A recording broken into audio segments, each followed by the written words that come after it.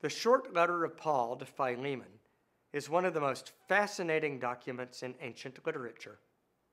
On the surface, it is just a little note sent by a man in prison to a wealthy and influential businessman in the city of Colossae.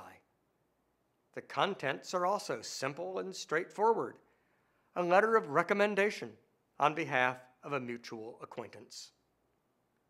But the real subject here is slavery, one of the most horrid social institutions in all human history.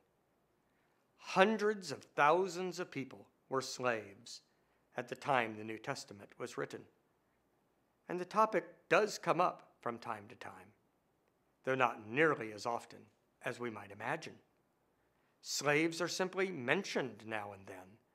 There is never any real debate about whether slavery should be allowed or not, about whether it is appropriate for people who love and serve God to own other human beings as slaves.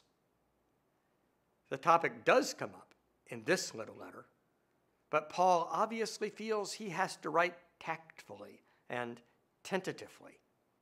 Reading between the lines, we may guess that Paul does not approve of slavery, but he never actually says so. He just strongly hints that Philemon should free one of his slaves, Onesimus, the man on whose behalf Paul is writing.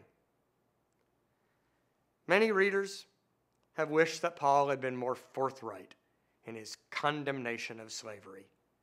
As is, the letter has been studied as a textbook example of rhetoric and persuasive strategies.